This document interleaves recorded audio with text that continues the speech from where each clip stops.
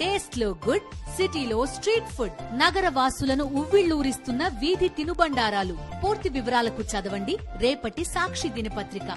తిరుపతి లడ్డూపై చంద్రబాబు నింద వేసి హిందువుల మనోభావాలు దెబ్బతీశారన్నారు ఆర్కే రోజా. సుప్రీంకోర్టు ఇంకా లోతుగా విచారిస్తే అసలు నిజాలు బయటకొస్తాయన్నారు. జగన్ను హిందువులకు దూరం చేయాలనేదే చంద్రబాబు దురుద్దేశమన్నారు. చంద్రబాబు ఏది చెబితే అదే సిట్ నివేదికగా ఇస్తుందని, చంద్రబాబు వేసిన సిట్ అంటే స్టాండ్కి తప్ప దేనికి పనికిరాదన్నారు. సిట్టింగ్ జడ్జి పర్యవేక్షణలో విచారణ జరిగితేనే న్యాయం జరుగుతుందన్నారు రోజా. చంద్రబాబు నాయుడు తన స్వలాభం కోసం పవిత్రమైన తిరుపతి లడ్డు మీద నింద వేసి ఈరోజు శ్రీవారి భక్తుల అందరి మనోభిప్రాయాల్ని దెబ్బతీశాడు. సో మళ్లీ ఆ భక్తుల మనోభిప్రాయాల్ని పునరుద్ధరించాలని, దానికి సుప్రీంకోర్టు కలుగజేసుకుని ఇది విచారించి నిజానిజాలు తెలపాలని మొదటి నుంచి మేము కోరుకుంటూనే ఉన్నాం. ఈరోజు సుప్రీంకోర్టు ఈ కేసుని స్వీకరించడం జరిగింది. ఈ కేసులో సుప్రీంకోర్టు కనుక కరెక్ట్ గా విచారిస్తే చంద్రబాబు నాయుడు అన్కో చేసిన అబద్దాలు ఖచ్చితంగా బయటకు వస్తాయి.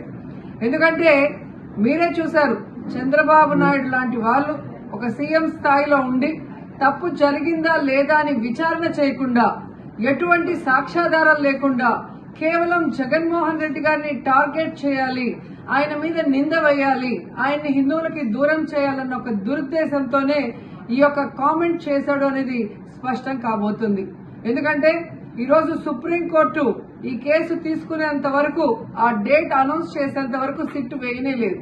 అంటే ఉన్నత స్థాయి విచారణ ఎక్కొట్టాలి, ఉన్నత స్థాయి విచారణ జరిగితే తాను చెప్పిన అబద్దం బయటపడుతుందన్న భయంతో సిట్ ని హడావిడిగా ఏర్పాటు చేయడం మనం అందరం కూడా గమనించాం.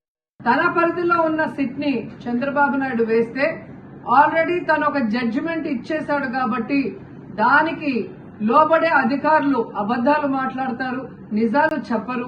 ఎందుకంటే ఈరోజు సిట్ లో వేసిన అధికారి అడిషనల్ డీజీ, ఆయన కన్నా పెద్ద ర్యాంక్ లో ఉన్న టీటీడీ ఈఓ, ఐఏఎస్ ఆఫీసరు మొదట మాట్లాడిన స్టేట్మెంట్ కి చంద్రబాబు నాయుడు గారు అబద్దం చెప్పిన స్టేట్మెంట్ తర్వాత మాట్లాడిన దానికి తేడా చూస్తేనే ఈ సిట్ అనేది సిట్ అండ్ స్టాండ్ కి తప్ప దేనికి పనికిరాదనేది అర్థమైంది. అందుకే మేము మొదటి నుంచి అడిగాము, సుప్రీంకోర్టులో విచారణ జరగాలి, సిబిఐకి డైరెక్షన్ ఇచ్చి విచారిస్తే ఖచ్చితంగా మత కల్లోలాలు సృష్టించాలనుకున్న చంద్రబాబు నాయుడు అన్కో అందరికీ కూడా బుద్ధి చెప్పే అవకాశం దొరుకుతుందని. సో ఈరోజు విచారణ స్టార్ట్ అయింది.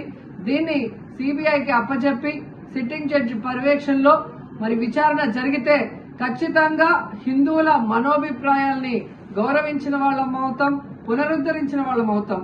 లేకపోతే చంద్రబాబు నాయుడు వేసిన ఈ నింద పవిత్రమైన లడ్డూని తినాలా వద్దా, దీంట్లో కలిసిందా లేదా అన్న అనుమానంతోనే భక్తులందరూ కూడా ఈరోజు లడ్డూ తినకుండా వెళ్లిపోతుంటే ఒక తిరుపతి అమ్మాయిగా చాలా బాధేస్తుంది. ఈ రోజే అలగర్ కోయిల్ మదురై దగ్గర దక్షిణ తిరుమల చాలా పవిత్రమైన టెంపుల్, ఇక్కడ భగవంతుడిని కోరుకున్నాను, ఖచ్చితంగా సుప్రీంకోర్టు ఇన్వాల్వ్ అయి ఈ కేసుని విచారించాలి.